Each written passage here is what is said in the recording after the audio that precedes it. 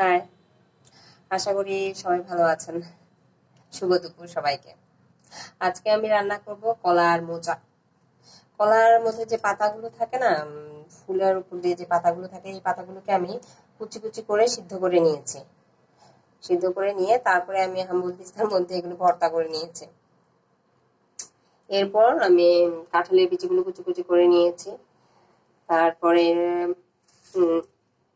পেঁয়াজ কুচি, আদা, কাঁচামরিচ, তারপরে ইলিশ মাছের মাথার অল্প কিছু টুকরো দিয়ে করবো। তারপরে এটার মধ্যে যে আলু সিদ্ধ করে নিয়েছি, আলু সিদ্ধ করে গরম জল দিয়ে একটা ডো তৈরি করে নিয়েছি। কড়াইয়ের মধ্যে তেল দিয়ে দিয়েছি। এর মধ্যে আমি শুকনো মরিচ, তেজপাতা আর দারচিনি দিয়ে দেবো। এরপর পেঁয়াজ দেব। পেঁয়াজ দিয়ে দিয়েছি। এতে আমি লবণ দিব, লবণ দিয়ে দিলাম। এরপর একটু নেড়ে দিব। তখন এটাতে আদা বাটা, অল্প করে আদা বাটা দিয়ে দিলাম, অল্প করে আদা বাটা দিয়ে দিলাম। এরপর নেড়ে দিব। এরপর এটার মধ্যে একে একে হলুদের গুঁড়া, মরিচের গুঁড়া দিয়ে দিব। হলুদের গুঁড়া, মরিচের গুঁড়া দেওয়া হয়েছে। তারপরে এখানে যে আমি গুঁড়াটা করে রেখেছি, জিরা আর ধনে গুঁড়াটা, এটাও দিয়ে দিব। ধনে আর জিরা গুঁড়াটা দিয়ে আমি একটু নেড়ে দিব। অল্প একটু জল দিতে হবে।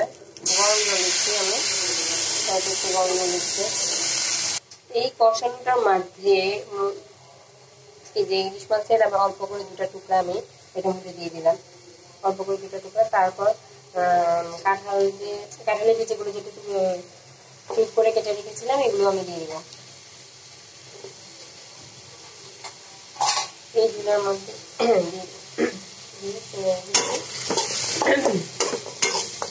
ঠান্ডা লেগেছে, খুব ঠান্ডা লেগেছে, ভালো হচ্ছে না।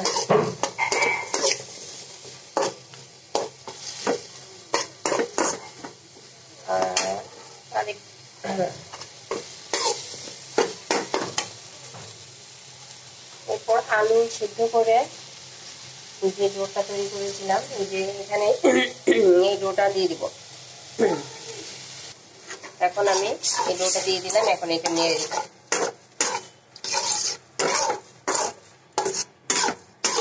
কষানোটার মধ্যে অল্প করে একটু চিনি দিয়ে দিলাম। চিনি দিয়ে এবার নেড়ে দিব। একটু দাঁড়াও বাবা, মা নেড়ে দিচ্ছে। তুমি না, হ্যাঁ আমি নেড়ে দিচ্ছি, তারপর তুমি নাড়া দিচ্ছি। এই তো দেখা যাচ্ছে আমার মশলাটা সুন্দর কষে আসছে।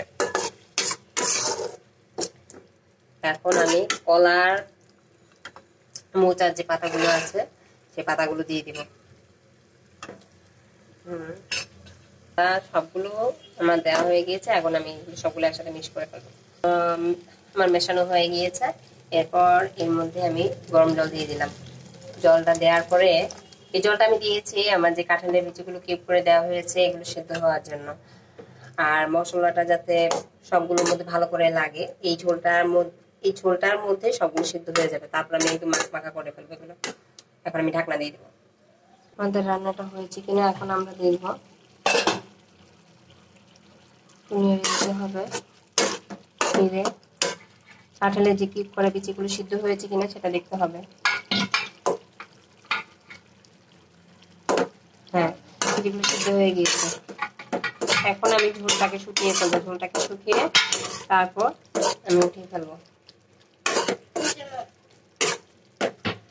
আমি আগে একটা কথা বলে রাখি, সেটা হচ্ছে যে আমি যখন রান্না করি সবগুলো জিনিস অল্প অল্প অল্প অল্প করে দিই।